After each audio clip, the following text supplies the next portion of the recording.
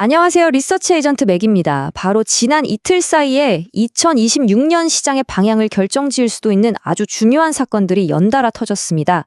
오늘 이 분석에서는 시장의 흐름을 바꾼 5가지 핵심 뉴스를 아주 깊이 있게 파헤쳐 보겠습니다. 자, 오늘 우리가 살펴볼 5가지 핵심 뉴스, 바로 이겁니다. 연준의 금리 인하부터 SK 하이닉스의 미국 상장설, LG 에너지솔루션과 삼성 바이오로직스의 조단위 계약, 그리고 경제 전망과 정치 상황의 엇박자까지 이 사건들 하나하나가 시장에 어떤 파장을 몰고 올지 지금부터 샅샅이 뜯어보겠습니다. 저희 분석은 늘 3단계로 진행되죠. 먼저 무슨 일이 있었나, what, 5가지 뉴스를 사실 그대로 보고요. 그 다음에 그 속에 숨겨진 그래서 이게 진짜 무슨 의미인데 so what을 파고들 겁니다. 그리고 마지막으로 이를 바탕으로 그럼 우리는 뭘 해야 하나, now what, 구체적인 투자 전략까지 연결해 보겠습니다. 네, 그럼 본격적으로 시작해보죠. 2026년 시장의 판도를 뒤흔들 첫 번째 뉴스부터 바로 들어가 보겠습니다. 아마 모든 투자자분들이 주목했던 바로 그 소식일 겁니다. 첫 번째 소식 바로 미국 연준의 금리 인하 결정입니다. 와, 드디어 금리 인하 다들 기다렸던 소식이긴 한데 그 내용을 자세히 뜯어보면 이게 마냥 좋아할 일만은 아니에요. 괜히 매파적 인하라는 말이 붙은 게 아니거든요. 아니, 25bp 내린 게 왜 매파적이냐고요? 그 속을 들여다보면 알 수 있습니다. 이게 만장일치가 아니었어요. 무려 9대3으로 표가 갈렸다는 거죠. 한쪽에선 야, 경기 식는다, 더 내려 이러고 다른 한쪽에선 아직 인플레 안 잡혔어, 동결해야 돼 이렇게 팽팽하게 맞선 겁니다. 연준 내부에서도 지금 경제를 보는 시각이 이렇게나 다르다는 걸 아주 명확하게 보여주는 거죠. 시장의 반응은 한술 더 뜹니다. 보통 금리를 내리면 장기국채 금리도 같이 내려와야 하는데 이번엔 버텼어요. 이걸 전문 용어로 베어 스티프닝이라고 하는데요. 쉽게 풀어서 말하면 시장이 연준한테 이런 신호를 보내는 거예요. 알았어, 지금 급한 불 끄는 건 알겠는데 우리는 나중에 트럼프가 다시 돌아와서 돈을 막 풀었을 때 생길 더 큰 인플레이션이 걱정돼 라고요. 벌써부터 미래의 리스크를 가격에 반영하기 시작했다는 겁니다. 자, 그럼 이게 한국 증시에는 어떤 영향을 줄까요? 일단 장기 금리가 안 내려오니까 한국은행이 마음 놓고 금리를 내리기가 좀 어려워졌습니다. 그럼 원달러 환율이 확 떨어지기도 힘들겠죠? 외국인 자금이 막 쏟아져 들어오길 기대하기도 어렵다는 뜻입니다. 결론은 뭐냐? 이제 그냥 동풀어서 오르는 유동성 장세는 끝났다는 겁니다. 고금리 환경에서도 진짜 실적으로 증명하는 기업들한테만 돈이 몰리는 그런 진검승부의 시대가 열린 거죠. 두 번째 뉴스는 정말 한국 산업계에 폭탄이 떨어진 거나 마찬가지인 소식입니다. 반도체 거인 SK 하이닉스가 미국 증시 상장을 검토하고 있다는 소식이에요. 여기서 다들 궁금해하실 거예요. 아니, HBM 없어서 못 팔고 2026년 물량까지 완판됐다면서 왜 굳이 미국까지 가서 돈을 구하려는 걸까요? 바로 그 화려한 슈퍼사이클 뒤에 숨겨진 천문학적인 시설 투자, 이 캐펙스의 딜레마 때문입니다. SK 하이닉스가 생각한 수가 정말 기가 막힙니다. 그냥 신주를 찍어내면 기존 주주들 지분 가치가 떨어지잖아요. 그게 아니라 회사가 가지고 있는 자사주를 활용해서 ADR, 그러니까 미국 주식 예탁증서 형태로 상장하겠다는 거예요. 주주 가치도 지키면서 세계에서 가장 큰 자본시장인 미국에서 막대한 투자금을 끌어오는 거죠. 이건 단순히 돈 문제만이 아니에요. 맨날 듣던 코리아 디스카운트, 이걸 벗어던지고 미국 경쟁사들이랑 같은 무대에서 제대로 평가받겠다는 선전포고나 다름없습니다. 이 움직임은 더 큰 그림을 보여주고 있습니다. 반도체 산업은 더 이상 기업 간 경쟁이 아닌 국가 간 자본 전쟁이다. 이 말이 딱 현실이 된 거죠. 이제는 한 기업의 힘만으로는 이 엄청난 기술 전쟁, 자본 전쟁을 감당할 수가 없다는 뜻입니다. 어떻게 보면 좀 씁쓸하죠. 한국 자본시장의 한계를 보여주는 것 같기도 하고요. 세 번째 소식은 전기차 배터리 시장의 지각 변동을 알리는 신호탄입니다. LG 에너지솔루션이 벤츠와 무려 2조 원짜리 대형 계약을 맺었습니다. 이게 그냥 2조 원짜리 계약 이걸로 끝이 아닙니다. 아주 깊은 전략적 의미가 있어요. 첫째, 그동안 중국 CATL에 많이 의존하던 벤츠가 LG엔솔에 손을 잡았다? 이건 글로벌 공급망에서 탈중국 흐름이 얼마나 거센지 보여주는 확실한 증거입니다.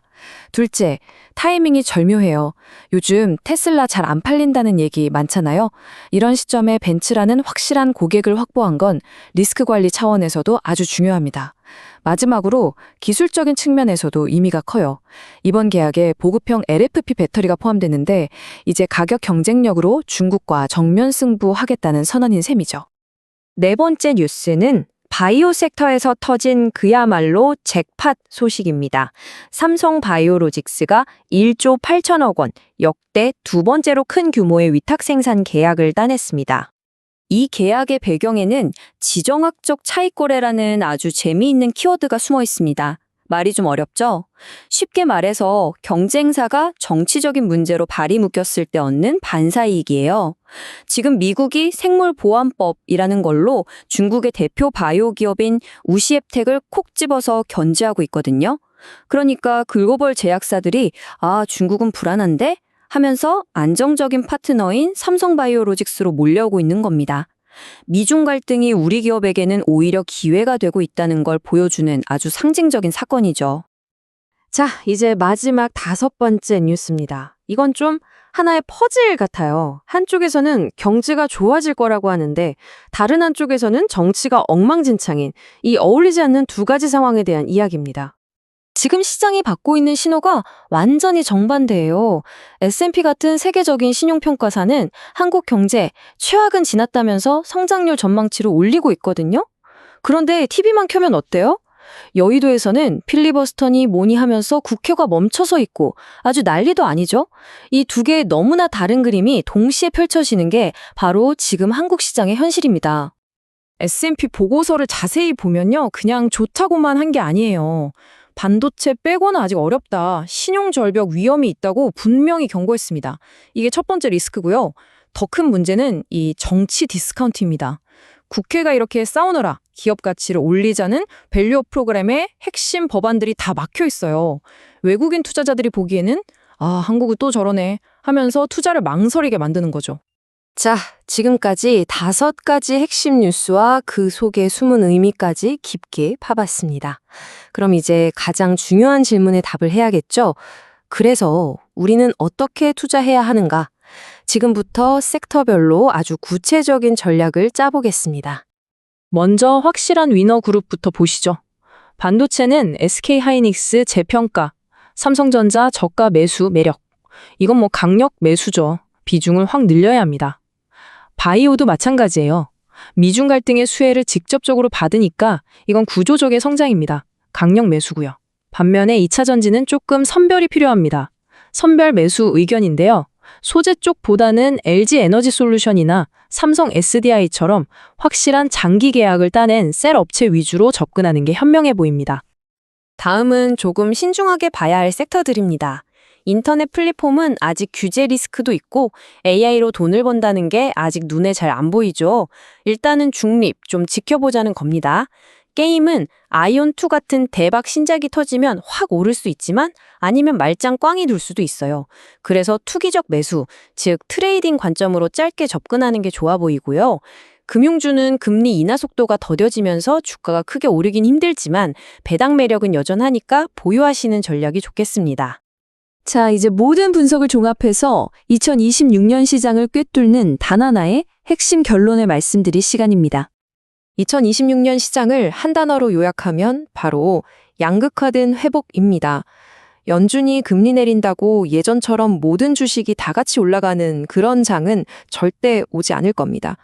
이제는 지수 전체를 사는 것보다 진짜 성장하는 기업을 콕 집어내는 능력, 이른바 종목 선별, 스톡피킹, 그 어느 때보다 중요해지는 시대가 될 겁니다.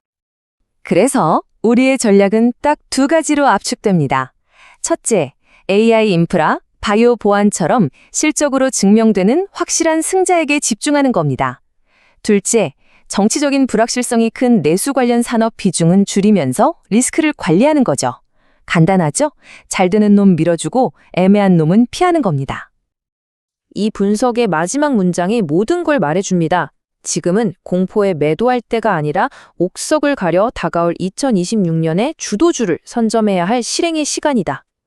시장의 혼란 속에서 기회를 잡으려면 이제는 고민만 할 게 아니라 행동해야 할 때라는 뜻이죠. 오늘 말씀드린 내용은 정보 제공을 위한 것이고요. 특정 종목에 대한 투자 추천이나 권유가 아님을 다시 한번 말씀드립니다. 모든 투자의 최종 결정과 책임은 투자자 본인에게 있다는 점 꼭 기억해 주시기 바랍니다.